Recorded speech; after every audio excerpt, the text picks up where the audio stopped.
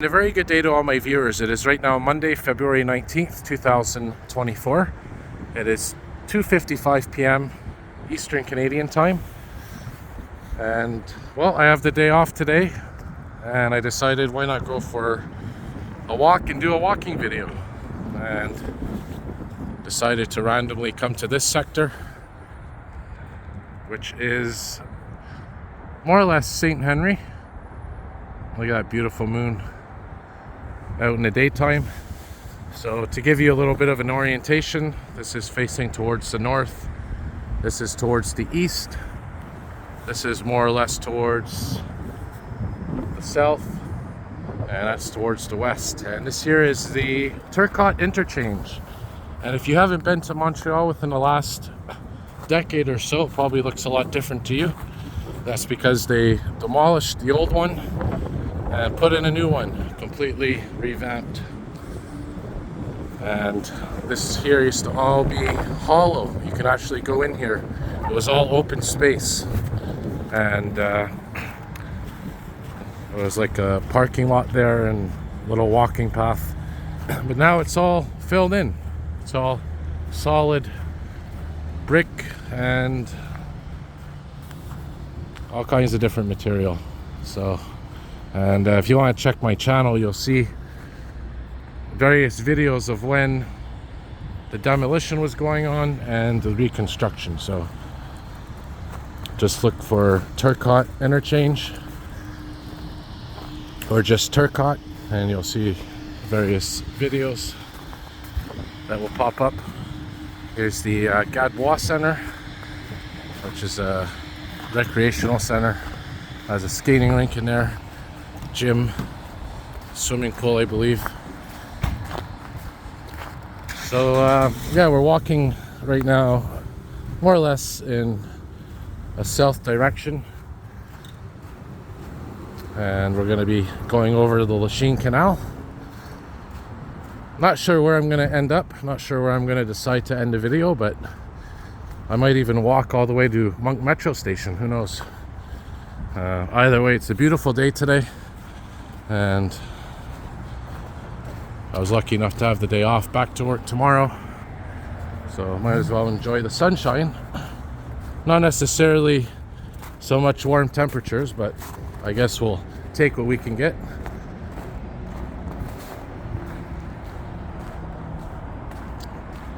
So yeah, as I was saying, it's incredible, you know, going back in the early 2000s. I remember walking to school here, and I got off the 101 bus down there. There's the 36, by the way. Just always walk this route to James Lyng High School, which is where I started the video. You could see it in the not so far in the distance. And yeah, this was all open space. And the bridge we're coming up to was actually open to traffic at that time as well. Now it's a pedestrian bridge for cyclists as well. And the bridge to the west of it is the Monk Bridge. And that's the one now that carries the traffic. So yeah, you can tell just by looking how modern this interchange is, this highway. Now when it was first built, I think it was in the 1950s or 1960s. If you look at the old pictures of it, it was a true marvel of engineering. Really state-of-the-art, really reminiscent of the time. Looked really futuristic, but now it looks more modern. You know, 2024 we're in now, so. Oh yeah, check it out. So imagine having to demolish. This was all concrete at one time. Now it's mostly, I guess, metal with a bit of, well, there is concrete as well, but probably a more modern version of concrete. But imagine when they built this thing, whatever it was in the 50s or 60s, how much of an engineering adventure it would have been. And yeah, if you look online, just look up on Google or whatever, Turcotte Interchange, and you'll see what it used to look like. So anyways, I'm gonna cross over to the Lachine Canal. Temperature right now is really cold. I say it's about minus 12 degrees Celsius. With the wind, maybe minus 15 degrees Celsius.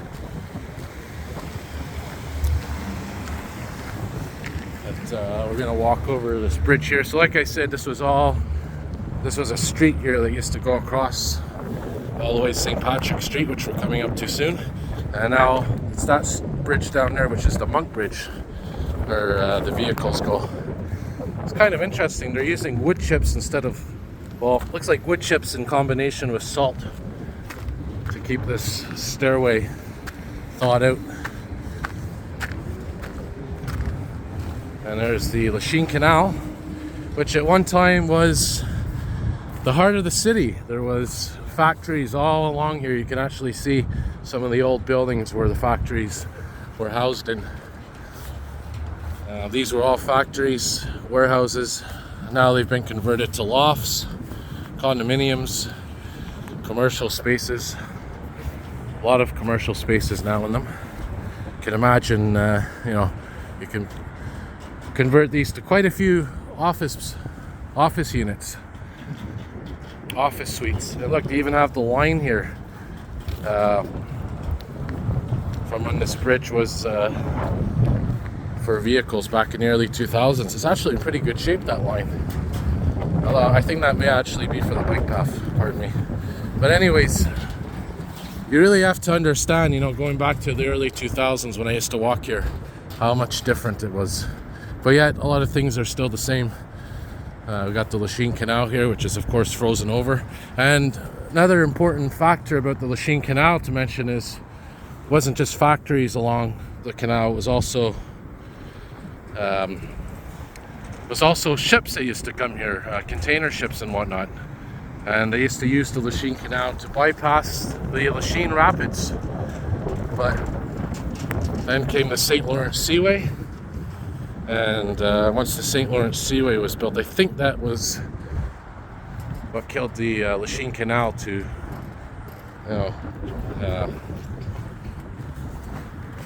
not so much, I don't know if it was container ships, but ships that carried materials and factory materials and whatnot.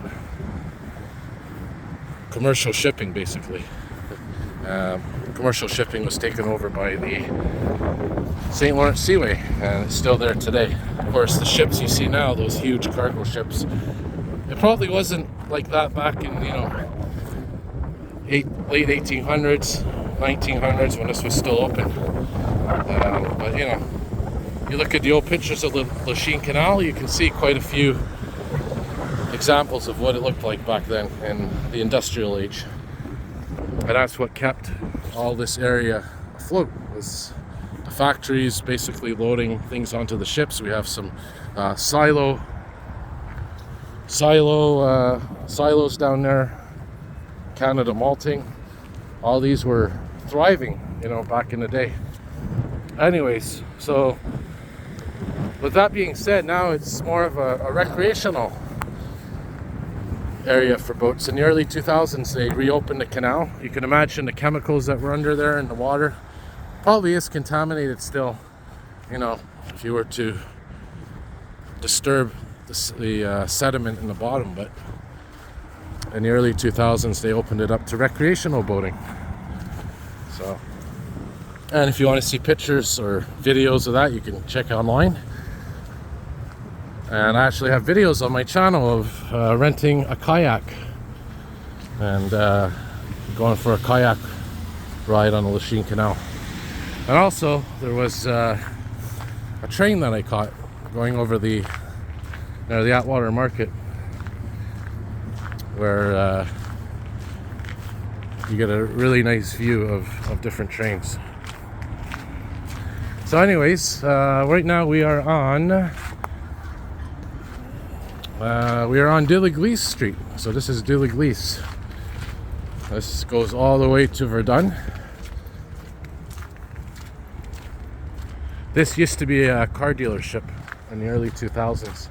And you know, the reason I mentioned the early 2000s is because, you know, that's when I used to frequent this area so much. As I said, you know, I used to get off the bus right over there and walk all the way, basically where we started the video, and right to the school that was there. So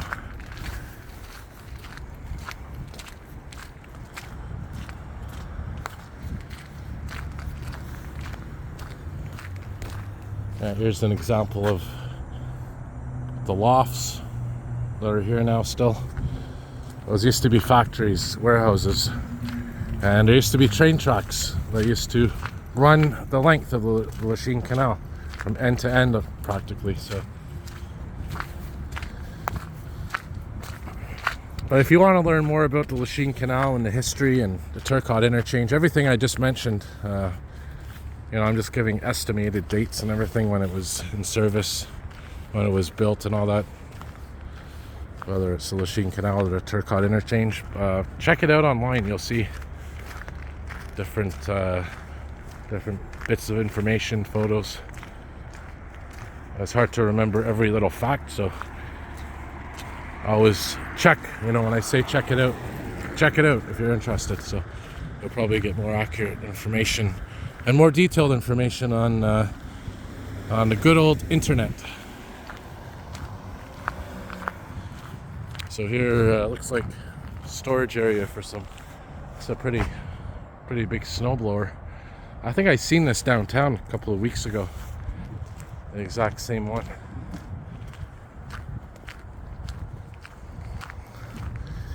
So yeah, this whole area is basically Villemard, Côte-Saint-Paul.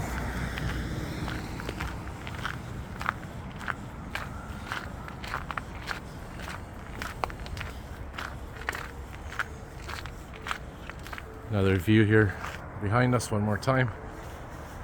And by the way, that Turcotte interchange, this whole highway used to be a lot higher off the ground. And where those street lights are is pretty much, I'll show you, where those street lights are on the actual highway. That was, I think, how high it used to be.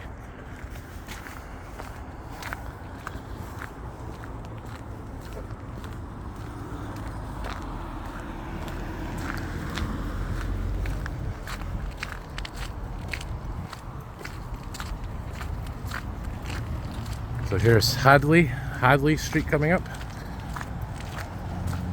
There's the 37 bus, which has been here as well for decades.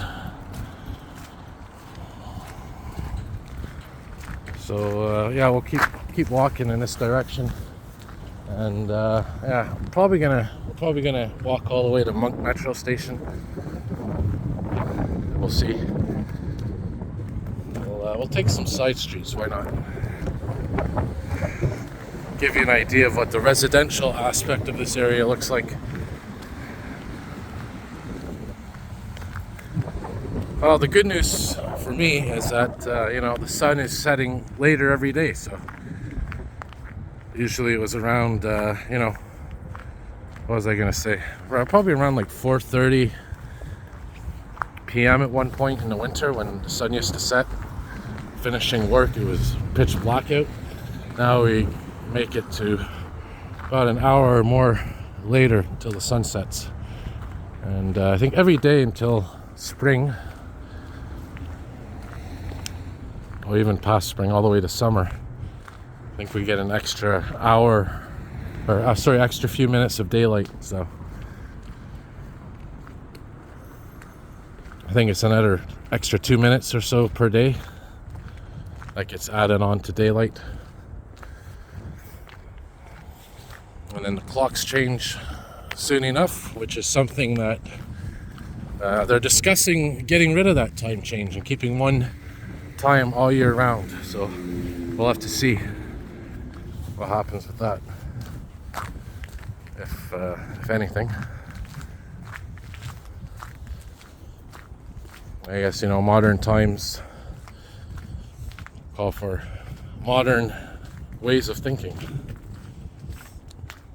Me personally, I wouldn't mind having one time all year round. That's a cool little window. Some Mario theme Mario themed designs.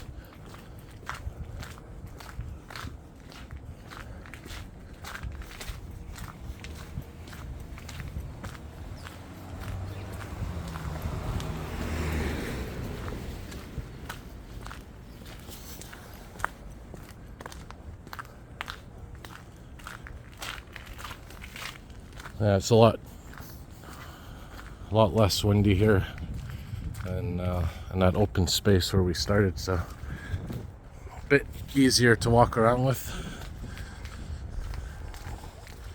So La Caron is where we are now. I'm gonna have to try to remember the exact route to Monk Metro Station.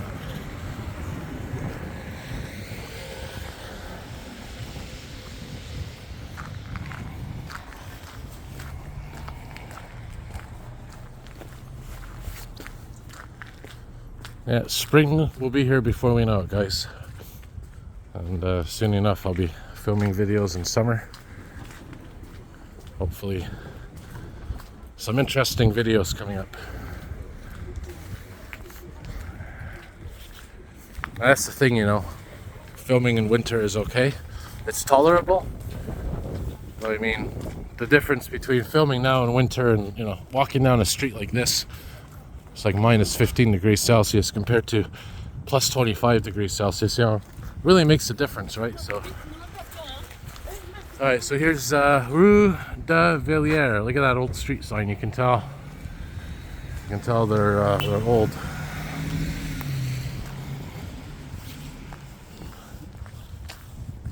I might actually go one block in this direction, coming up, walk another couple of corners here.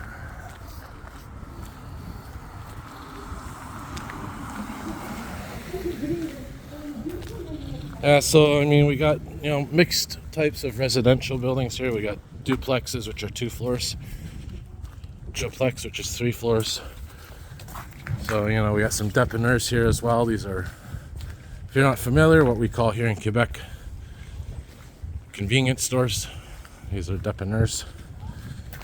These have been around for decades.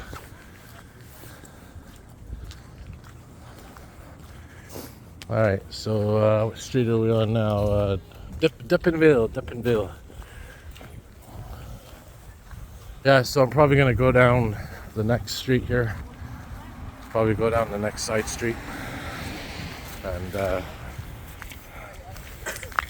go onto one of the main streets probably.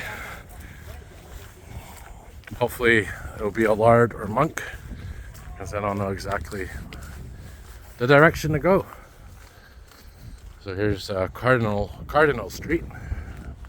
So yeah, we'll turn left here on Cardinal. I love the architecture of this building here. Really nice. Oh yeah, that wind on the face, it really keeps you awake. But that's part of winter in Canada, you know, you grow used to it. Yeah, we'll go down here. That's a bit better. Another example of some old style of architecture is these, I guess you can call them awnings, that extend over the balconies. Very old style. You have these alleyways as well. Maybe we'll walk down one or two later.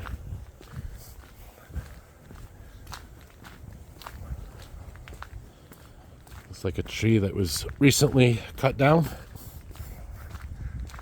And you could tell these, you know, these styles of buildings are very old.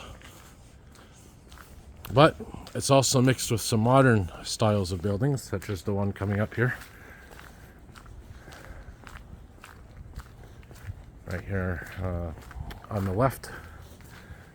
Much more modern style. But I prefer the old styles. They're nostalgic and ornate. I mean, look at this. You have like the chains here on on top of the awning.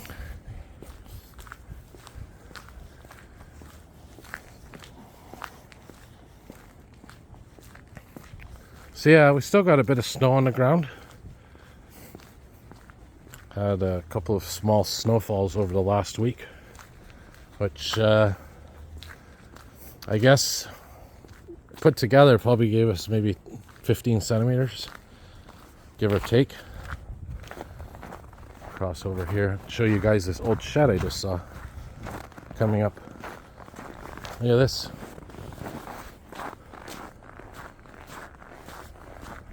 Yeah, you could tell that these are old too. Reminds me of like a barn or something, you know. Oh, we'll do, guys. We'll take that's Edie Street, by the way. Edie. Let's go down this little alleyway. Give you an idea what back alleys look like here. If you're not familiar, you have your clotheslines, which are awesome. You know, you want to dry your clothes in the summer, put them out. You take them off the clothesline, they have beautiful fresh air smell to them. And you can tell these are old because, well, look at the design, look at the rust. But these things, they work wonders. Oh, here are a flock of birds here somewhere.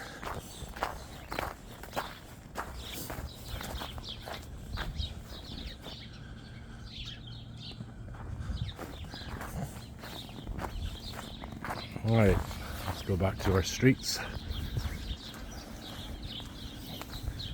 We'll walk down the next block. It looks like a main street, probably a Lard or Monk or something. Here's Edie, as I said, Edie. And this is Jacques Hotel.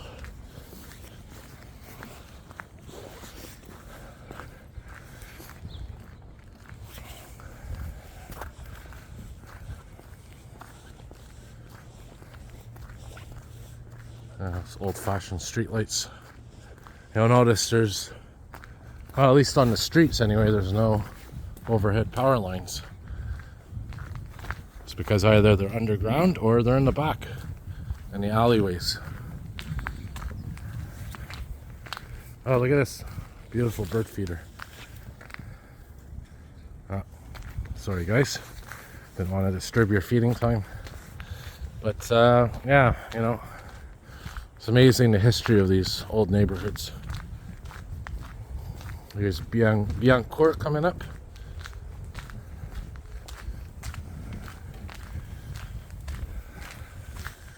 You know, a dépanneur is old when they have like Coca-Cola or Trident written on the top.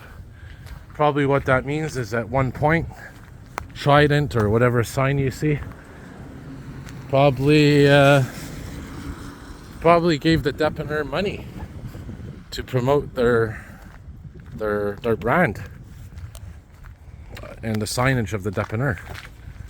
So that's probably why you see so many of them from the past. I don't see them much anymore like that, where there's actual brands and, you know, products like Coca-Cola, Trident embedded on the actual name of the dépanneur. Yeah, you'll see like little promotional things written, you know, those little things you see in the store windows promoting products or whatever. But to actually see, you know, a brand or product written on the name of the dépanneur is something from the past. You don't see it much anymore. I'll show you guys here. These are traditional Canadian ice rinks that you see. This one's probably for summertime. It's for street hockey. That one there's for winter time. There you have your soccer fields for summer. Park Campbell Park West.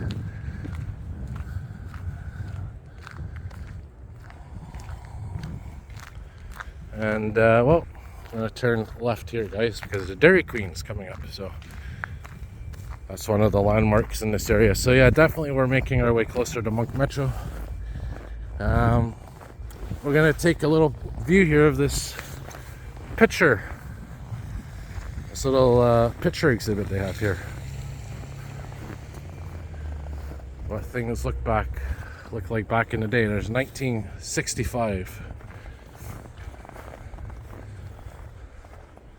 Look at that, eh? So we're in Côte-Saint-Paul, by the way. There's, yeah, that's back in 1910. Imagine doing a walking video. If you had the opportunity to just do a walking video back in 1910. Imagine how that would be. Yeah, there's the old fire station. I know that building. This building is actually for sale, I think, for $1. The only condition is if you want to buy it, you have to pay for the renovations and whatnot. Look at that, eh? So there you go, guys. You get to actually see what it looked like back through history. So there you go. And this is when the metro arrived. There's probably Jolicoeur metro station being built right there. Yeah, that's definitely Jolicoeur. There's the aqueduct where the area gets its drinking water from. Oh, this is really cool.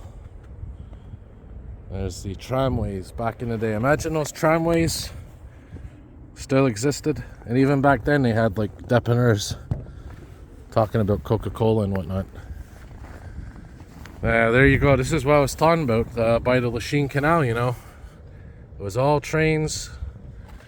It was industrial. This is from 1967. So 1967. You want an idea what it looked like in 1967? There it is. Look how the Montreal skyline was so bare.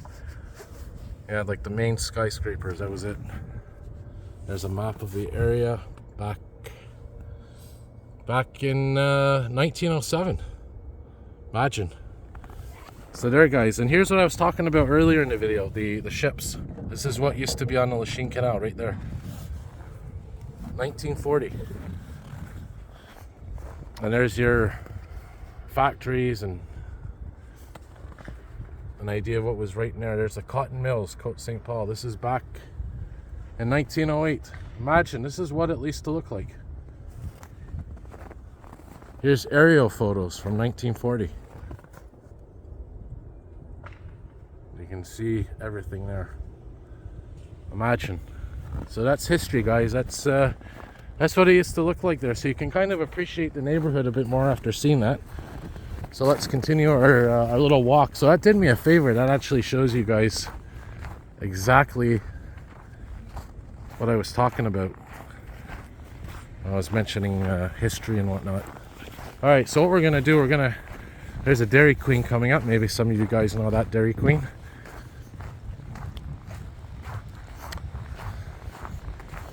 So I'm debating if I should go to Monk or if I should go to Jolicoeur. I think I'm gonna go to Monk Metro Station. Look at that beautiful blue sky. It's been a while since we had that.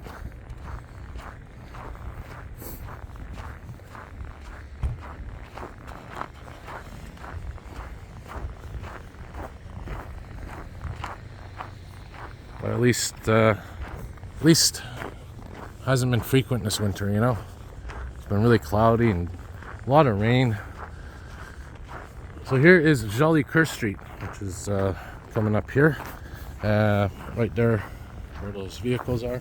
And the street that we are on right now, I will find out, is Laurendeau Street. So another historical street.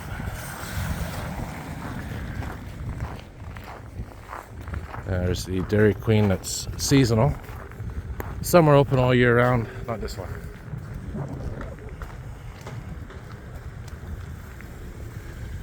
Alright, so we'll continue our little journey here. And should have actually gotten on one of those buses. Mind you, Jolicoeur is just down there. I think I'm going to take Jolicoeur Metro, guys, instead.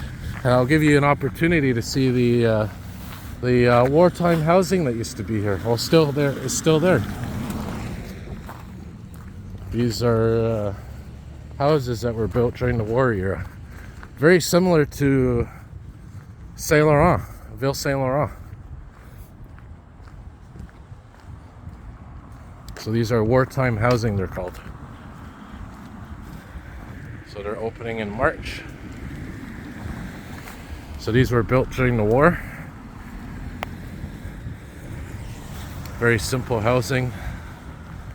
Jolicoeur metro station is just down the street here. We'll cautiously cross over here.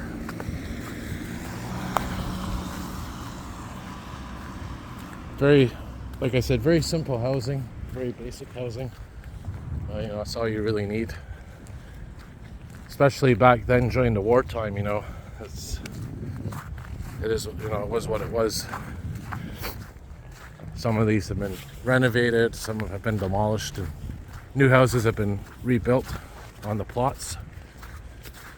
There's your traditional wartime housing right there. And shout out to George Adams in Edmonton, because he used to live in this type of housing in the Saint Laurent neighbourhood of Montreal on the West Island, near Côte-Saint-Paul metro station. So shout out to you, George in Edmonton, if you're watching this video. And maybe some of you viewers out there, you know, as you watch these videos, maybe, you know, you realize, oh, I used to live in this area. That's why I do these walks, you know, it's to document. And you know, a lot of people out there are watching these videos, and I get comments occasionally, hey, I used to live in that area, thank you for showing me what it looks like now. You know, it brought back memories or whatnot. So it's my pleasure. That's what I do this for, you know. It's documenting. Alright, so we're gonna probably conclude our walk at Jolicoeur metro station. Bring you guys inside. I mean, we're 33 minutes into the video almost. It was a decent walk. Decent exercise.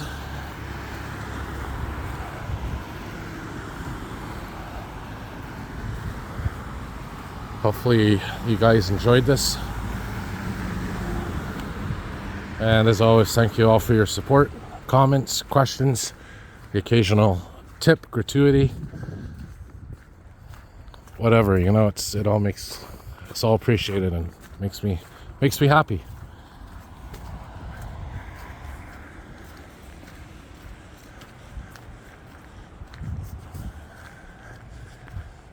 And that moon has been with us for most of the video. Kind of cool. And in fact, you can kind of get your orientation by looking at the moon. If you think about it, we started the video with the moon in that position. It disappeared for a bit. We were walking like in this direction, and it's back in view. And we're walking towards it. So kind of cool how astronomy, science, all comes together to create life. Anyways, so yeah. We're almost at Jolicoeur metro station now, probably another 5-minute walk.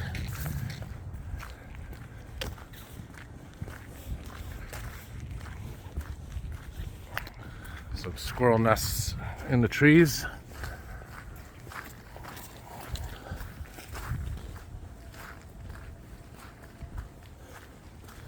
Oh, we got up there. We got a plane up there.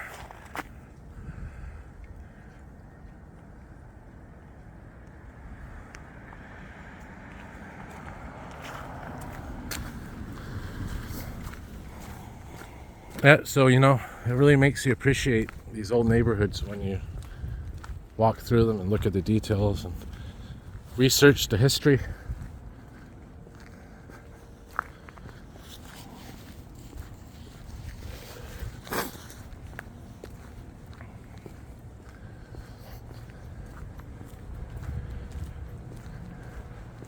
So I think we're walking, by the way, if you're wondering, I think we're walking sort of in the south direction now, more or less.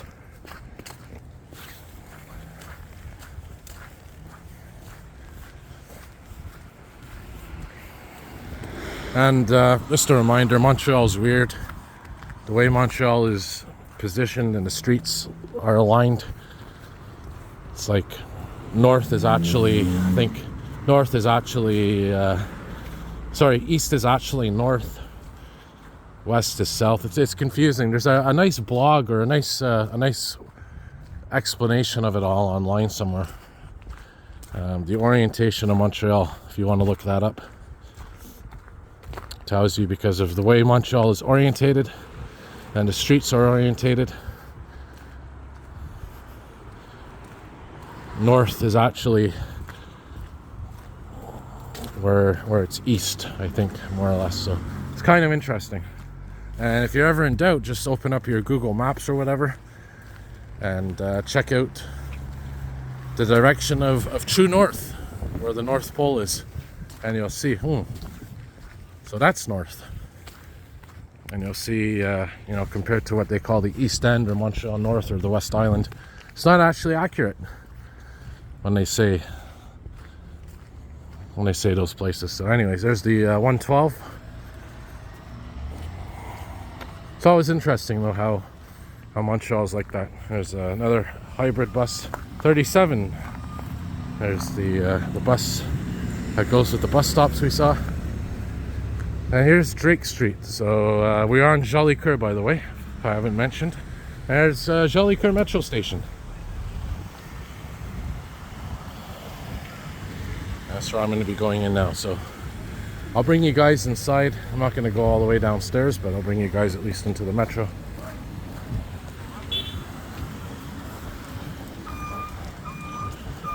There's another 112 bus. You can smell the metro right now.